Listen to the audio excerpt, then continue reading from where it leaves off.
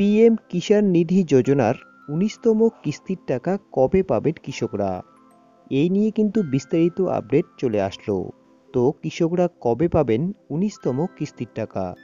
তো বিস্তারিতভাবে জানতে হলে অবশ্যই ভিডিওটিতে প্রথম থেকে শেষ পর্যন্ত সঙ্গে থাকবেন এবং চ্যানেলে নতুন হলে অবশ্যই চ্যানেলটিকে সাবস্ক্রাইব করে ভিডিওটিতে একটি লাইক করবেন। তো বন্ধুগণ, অন স্ক্রিন আপনারা একটি আপডেট দেখতেই পাচ্ছেন। পিএম কিষাণ যোজনা, কৃষকদের জন্য সুখবর। ১৯তম কিস্তি ২৪শে ফেব্রুয়ারি ঘোষণা হবে।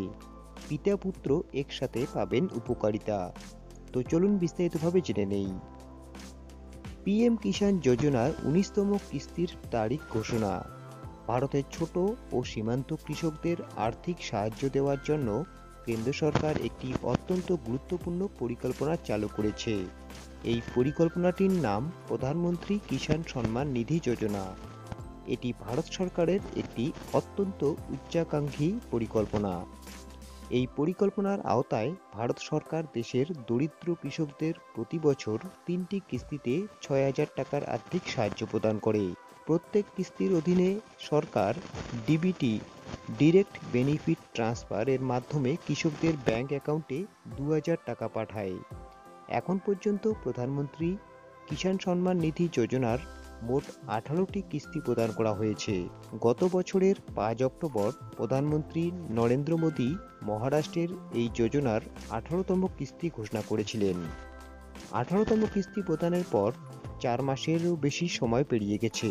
এর ফলে দেশের কোটি কোটি কৃষক এখন ১৯তম কিস্তির অপেক্ষা করছেন। ১৯তম কিস্তির তারিখ।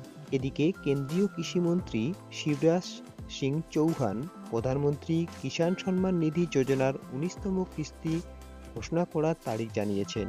কেন্দ্র সরকার ২৪শে ফেব্রুয়ারি ২০২৫ তারিখে প্রধানমন্ত্রী কিষাণ সম্মান নিধি যোজনার ১৯তম কিস্তি ঘোষণা করবে। এছাড়া দেশের অনেক কৃষকের প্রশ্ন হচ্ছে, এক পরিবারের কৃষক পিতা এবং পুত্র কি একসাথে এই যোজনার সুবিধা নিতে পারবেন? প্রধানমন্ত্রী কিষাণ সম্মান নিধি যোজনার নিয়ম অনুযায়ী পরিবারের কৃষক পিতা এবং পুত্র একসাথে এই যোজনার সুবিধা নিতে পারবেন না। তাহলে বন্ধুগণ, দেখতেই পারলেন যে আগামী ২৪ তারিখ কিন্তু পিএম কিষাণ নিধির ১৯তম কিস্তির টাকা দেওয়ার তারিখ ঘোষণা করল প্রধানমন্ত্রী নরেন্দ্র মোদী সরকার।